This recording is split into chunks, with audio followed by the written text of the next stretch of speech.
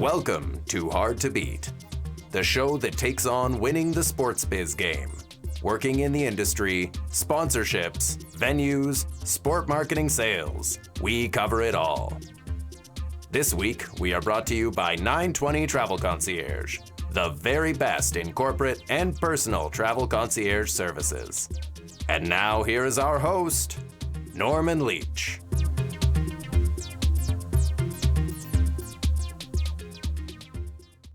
Hello, everybody. Welcome to Hard to Beat. Good to see you again. Today, we are really lucky in that we have a Canadian champion in the sport of curling.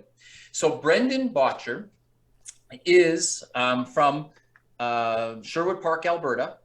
He is the three-time provincial men's champion and currently is the skip of the defending Canadian men's champion team, having led the province of Alberta team to victory in the 2021 Tim Hortons Brier. He's born in Sherwood Park, which is right near Edmonton. If you're looking at a map somewhere, it's right near Edmonton. And he has had a really great junior career, winning the 2012 Canadian Junior Curling Championships, 2012 World Junior Curling Championships. He's also the 2010 Alberta Junior Men's Champion. And it goes on and on. So Brendan, welcome to the show. Great to see you. And you curl out of the Saville Curling Club. Is that correct? Yeah, that's correct. And thanks, Norman, for having me. No, glad to have you here. It's so, Brendan, you know I grew up in rural Saskatchewan, a small town in Saskatchewan, and I curled as a kid. That was something we did in high school gym. But we have a worldwide audience who can tune in just about anywhere. And so could you tell us, what's curling all about? How would you describe it to someone who's never seen it? Yeah, so curling is a game, it's played on ice. We're throwing object rocks or stones down to a target down at the other end. It's about 100 feet away. And it's similar maybe to shuffleboard on ice or billiards on ice or lawn bowling on ice, very similar. So we score points based on how close we get to the middle. The more of our rocks that we can get closer to the center than the other team, that's how we're scoring points. Okay. And so tell me about how and where it's played around the world. So I know that it's part of the Olympics, of course, the Winter Olympics. It has world championships, but sort of who are the powerhouses and who are the up and coming countries as you see them? For sure. So curling's played quite broadly around the world. There's 87 member associations. There's members in South America. There's members in Africa. There's members in Southeast Asia. So it's played quite broadly. The powerhouses, obviously, I'm going to be biased here. I think Canada is one of the powerhouses. Yeah, absolutely. Certainly the States, the men's team won the last Olympics down in the States. And then a bunch of the European countries. So Switzerland and Sweden and Scotland and through Europe, it's played quite extensively as well. The sport actually came from Scotland. So there's a large following in Northern Europe as well. Yeah, I'm always nervous when the Scots are up against you because I know they're going to give you a good run for your money, but you've been doing really well at that level.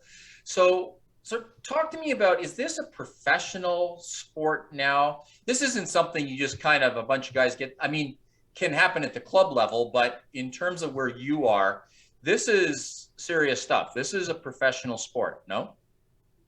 Oh, for sure. Yeah. So there is lots of rec curling, just like there's rec hockey.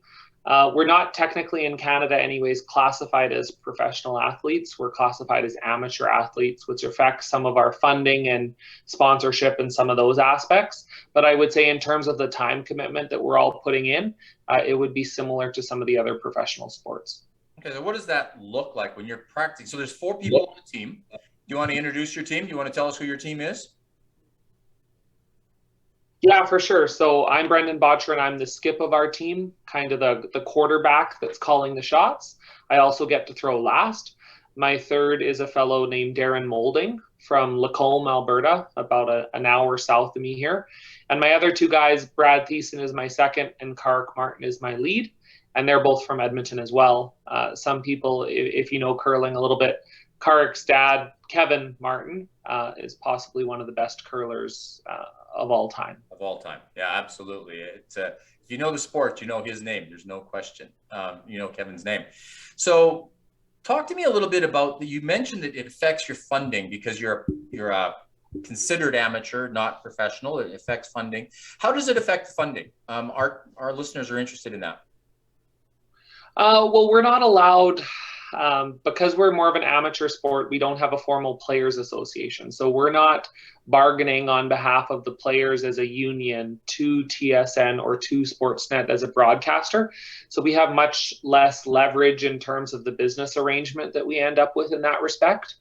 Also, the funding and the carding that comes from Sport Canada through Own the Podium to Curling Canada and to us, that pathway is set up because we're an amateur sport, whereas professional athletes, you could think NHL players that are getting paid millions of dollars, they're not getting supported by the government to play their sport. Right, but you do get some funding from the government. Having been a sponsor of yours at one time, it seems a lifetime ago, but having been a sponsor at one time, do you want to just walk us through sort of what you look for in sponsors? Let's start with this. You have an agent, correct? So you do have an agent? Yes, we do.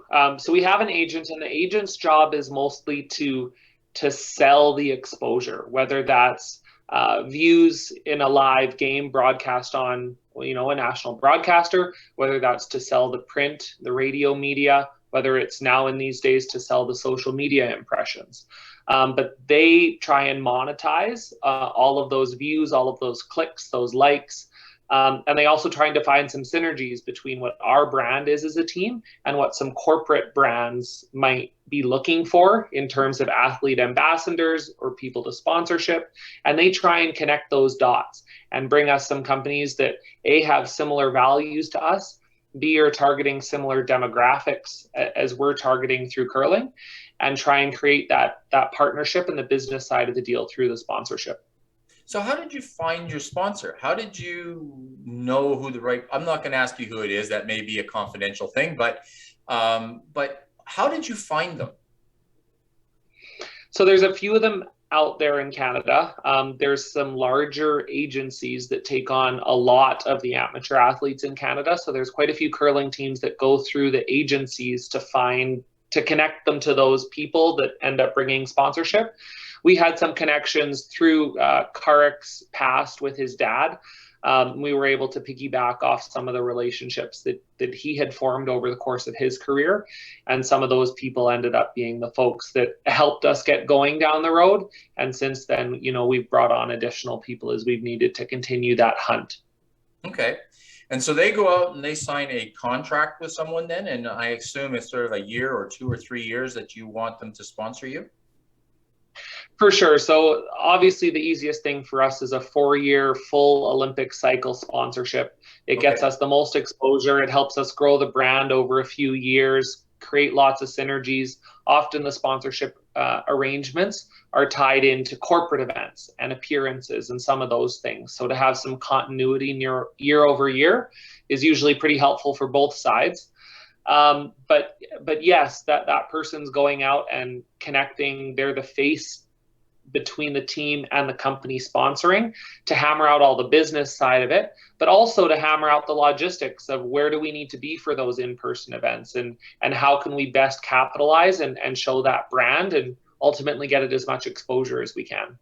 So what is, and so let's talk about that for a moment. What is that what relationship do you have then with the sponsor as the team? Do you spend some time with the sponsors, or is it kind of business-like, or is it personal, or how does that all work? Because we have an agent who takes care of the business side of it, I actually think that frees us up as athletes to have more of a friendship type relationship with our sponsors, which is excellent. It's hard to sit down at a table with your friends and talk about dollars. It's easier when you have someone else in the middle to do that. And then you still get to go to the table and take your sponsors out for supper, go to an event, and still have a lot of fun and more of a friend type atmosphere. So that's definitely the culture I've tried to generate, because I think if you're truly after a long-term partnership, you have to start on that foundation of being good friends, and hopefully growing it together that way. Okay.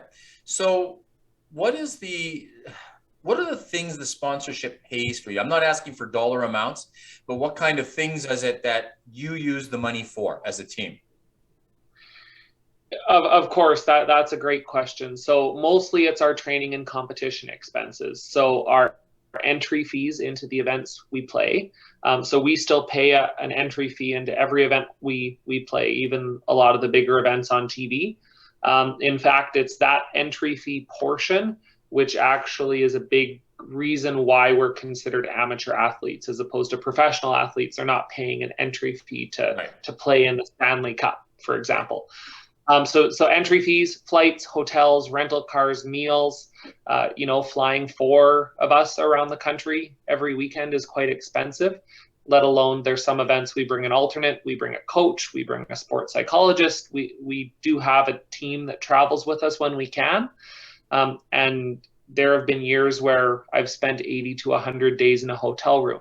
Wow. So if you extrapolate that out by 4 or 5 or 6 folks, just the hotel travel expenses of doing what we do is quite expensive, because one week we'll play in Kelowna, and the next week we'll play in Toronto, and the next week we'll play in Gander, Newfoundland.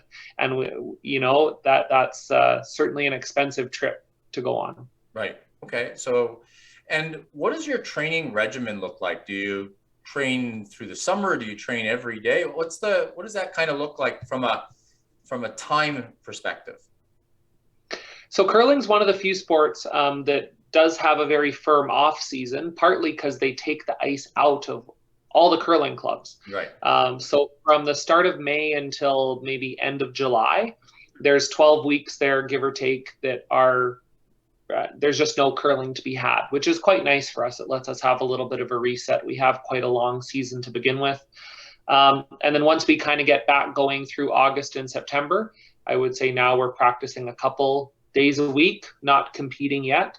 And then as we get into end of September, into October in the fall, I would be practicing almost every day. And that's the start of our tour season kind of at the beginning of October. So that's when we want to be peaking and hopefully playing, some of our best curling. Right. Okay.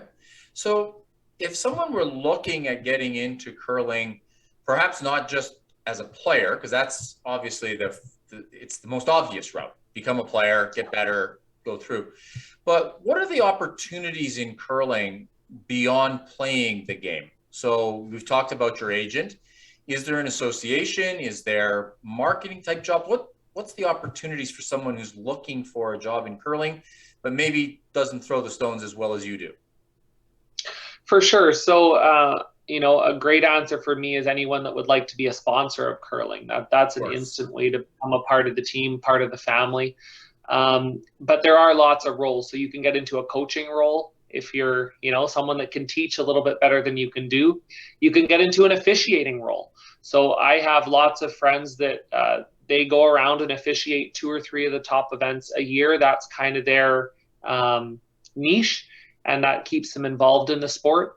There are fans that travel around every year and go to the Brier and the Scotties Tournament of Hearts, the Women's National Championship, wherever those might be. So you've got kind of the diehard fans. That's a way to be engaged. There's lots of, rec curling. Not everyone's going to be on TV playing at the highest level, but I think curling, maybe even more so than a lot of other sports, has some real long-term potential. I mean, you can be curling well into your senior years, well into your master years even, whereas lots of other sports, by the time you're in your 20s, you're already considered old.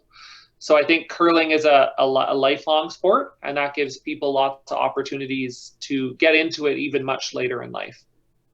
Brendan, I really appreciate your time today. Thank you for joining us here on Hard to Beat. We do really appreciate having someone at your caliber come and talk to us about the business of sport. And so, ladies and gentlemen, we've been joined by Brendan Bottcher, the current Canadian champion in curling, and heading off into a new season of curling and a whole new season of representing Canada. So, Brendan, thank you so much for your time. Thank you very much, Norman. I'll come back whenever you'd like to have me. You'll be getting another invite. Thanks. Well, thank you to Brendan Bottcher for joining us today. Not often you get a national champion of anything coming on and being so open and honest about how sponsorship works and how he and his team have to work every day to get sponsorship just to make a living at their game. Next up is our Historic Minute, where we take a look back at the business of sport and what happened on this period in September way back when. So in 1907, the Canadian Interprovincial Rugby Football Union, the IRFU, forms with the merger of the Hamilton Tiger Cats, the Toronto Argonauts, of the ORFU, and the Ottawa Roughriders and the Montreal Football Club of the QRFU. Now, if you're not a fan of Canadian football or you haven't watched it, you have to know those teams still exist in the modern CFL, the Canadian Football League. And in baseball news, in 1934, Judge Landis, the commissioner of Major League Baseball, sells the World Series broadcast rights to the Ford Motor Company for $100,000. That's back in 1934, and that was just the World Series broadcast rights, but Ford was the major sponsor. Now you know. Well, welcome back to Hard to Beat here on the Fired Up Network. Glad to have you with us, and I'm even more glad to have Curtis Mullen with us. Now, Curtis is unique in the world of sports. He represented a football team as an area scout. And I know I've heard about scouts all of my life and how they work and what they do. So we have the real thing here today to talk to us about how it all works and how it all comes together. So Curtis, welcome to the show. Thank you very much, Norman. No, it's great to see you again. Curtis and I have known each other for a long time, and I've known he's a big Saskatchewan Roughrider fan. That's the team he was the area scout for. So Curtis, do you want to just tell us a little bit about the team? Well, for those who don't know, the Saskatchewan Roughriders are one of 9 members of the Canadian Football League, and they are based in Regina, Saskatchewan, and one of the 5 members of the Western Division. And they just celebrated their 100th anniversary a few years ago, so they've been around for a long time. And they have a new stadium that was constructed and initiated in 2017. And a pretty rabid fan base. They've got a really solid fan base. That they do, and they proudly claim they're Canada's team.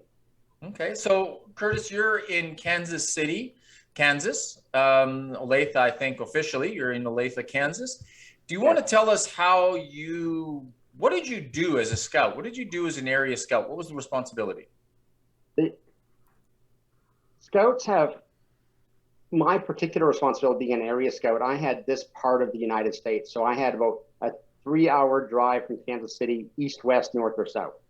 So there's 3 Division I football schools. So Kansas State, University of Kansas, and University of Missouri, and we're in 2 different Power 5 conferences in the NCAA. And then there were Division II schools as well as some other lower tier schools as well. So I would go to those schools and watch graduating players or juniors who were opting out of their senior year, plus also look at Canadians on the particular rosters of the teams that we're playing. So your job, though, was to spot new talent that might want to play with the Saskatchewan Roughriders. That's correct. And obviously you were watching some players that were obviously going to be in the upper tier draft choices of the NFL. Those ones are obvious, but the ones that were too small for the NFL or other positions that were more suited to the Canadian game, those are the ones we were looking for, and those are the ones we tended to focus on. And plus Canadian players that were whether they be freshmen through to seniors. So how did it work? Does the teams call you down and say, hey, we're looking for running backs this year, keep an eye open, or do you look at every position in the hope you find that diamond in the rough? Well, there are certain positions that are designated for Canadian positions, so that would be interior offensive linemen, special teams players. But outside of those traditional Canadian roles, they were looking for the best players on the teams that you were watching. And because you always want the best player available. And yes, some teams may have a very good running back or a very good wide receiver or a quarterback, but they wanted to have all that information because they were gathering information from other scouts across the United States and then making their own internal rankings of who should be put on a negotiation list for American-born players, or if you were watching Canadians that were about to graduate and go into the Canadian draft, ranking them on what round or what round they think they would be drafted in, and making the appropriate call internal ranking. Okay, so does the team, and my audience is really interested in sort of how the business of sport works. Mm-hmm. So do you mind if we ask how you were, not how much you were paid, but how you were paid? Is it by game visited? Were you on a contract? What did that look like? Well, I was not an employee, even though I had an email address, a rider email address. I was under a contract per game basis. So I would negotiate. I don't want to say negotiate's the wrong word. I was assigned so many games throughout the fall season, because the college Labor Day season begins at Labor Day and goes through about approximately the middle of November, and every scout was assigned a certain number of games, and sometimes they would add and or delete games while the season was progressing. So do you have any sort of real success story, somebody that you spotted that ended up playing for the team and doing well, or? Well, not so much for the team specifically, no, but I did actually, one player who's with the Dallas Cowboys, they did end up drafting, but because he was a third-round pick of the Cowboys, he's still in the NFL. Okay. So but other players that I did scout were drafted by different CFL teams, and one was a first-round pick, and others were second and fourth-round picks, if I'm remembering correctly. Okay, good. All right. So the team itself, when they did they approach you? Did you approach them? How did they find you in Kansas City? Well, it was a very unique story. In the spring of 16, the team had a free agent camp here, and I noticed that on the Rider website. And so I just went to the free agent camp to just see if I could volunteer to help them out for that specific day. And Chris Jones was the head coach and general manager, and we helped him out for the day. And he was nice enough to take me and a few other volunteers out for lunch. And he asked for a ride to the airport. So I gave him a ride to the airport, provided me his phone number. And then later that year, the National Division II Championship game was being played here at Sporting Kansas City Park. I sent him a text message asking if he wanted somebody to watch the game. And as fate would have it, the person that was assigned to the game couldn't get here because of ice storm conditions. So he said, "You're it." And I was scouted the game as purely from a fan's basis, and I submitted my reports, and and that's how it started. And then a couple months, 6 weeks after that, they said, "Do you want to be an area scout?" So that's how it started, purely by happenstance. So I think the team had to sort of leave the idea of area scouts when the salary cap or the spending cap came in. You want to just talk about that a little bit? I know that you would love to still be doing it for them, but yeah, just explain how the rule changed your position. Well, at the end of the 2018 season, the CFL put in a cap for on the football operations side. So not only a cap, but also the number of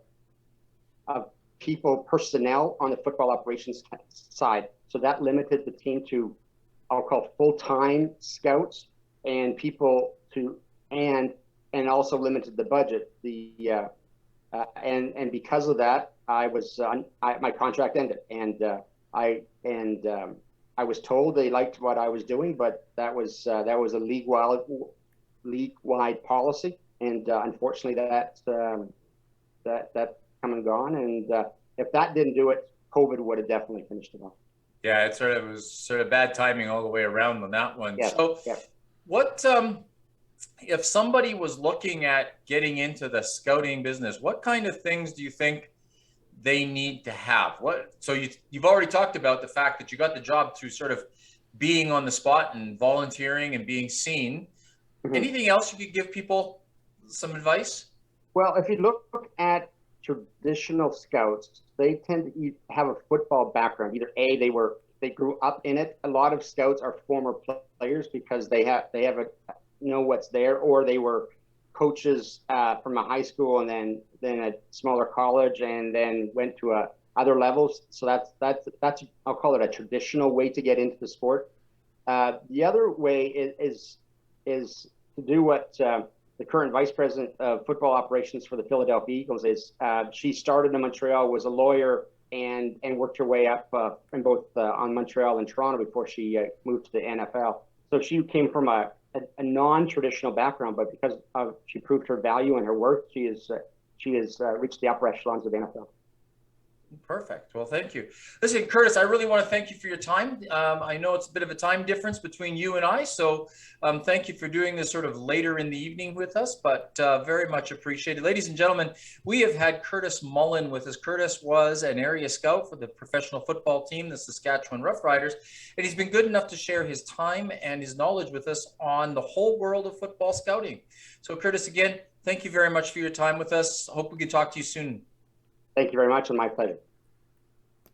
Wow. Thank you to both our guests today. We talked about Brendan and now Curtis Mullen, both of them experts in their field. One a professional curler, one a contract football scout for the Saskatchewan Roughriders at one time, and a bit of a football expert, quite frankly.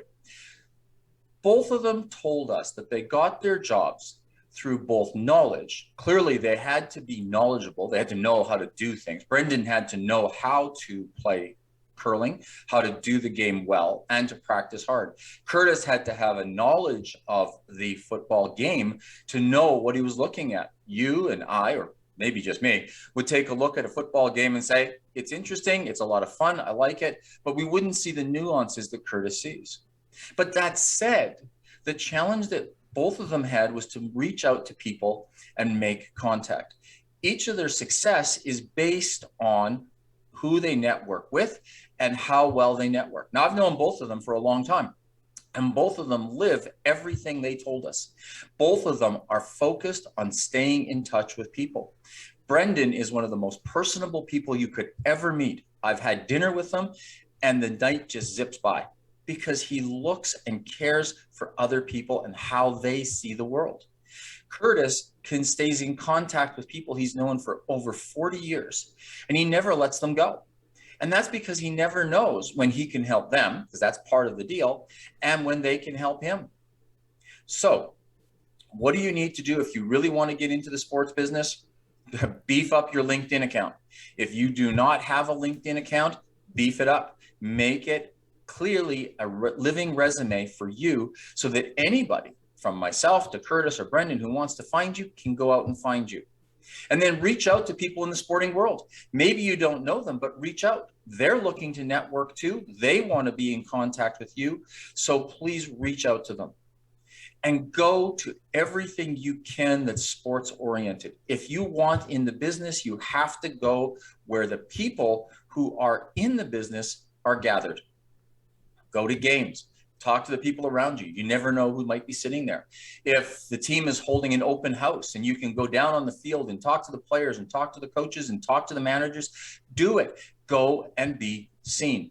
You're not there to bug them. You're not there to ask for a job. You're there to know what's happening in their world and how you might fit in. So do everything you can to connect with these people on a regular basis. After that, it's read all you can about sports.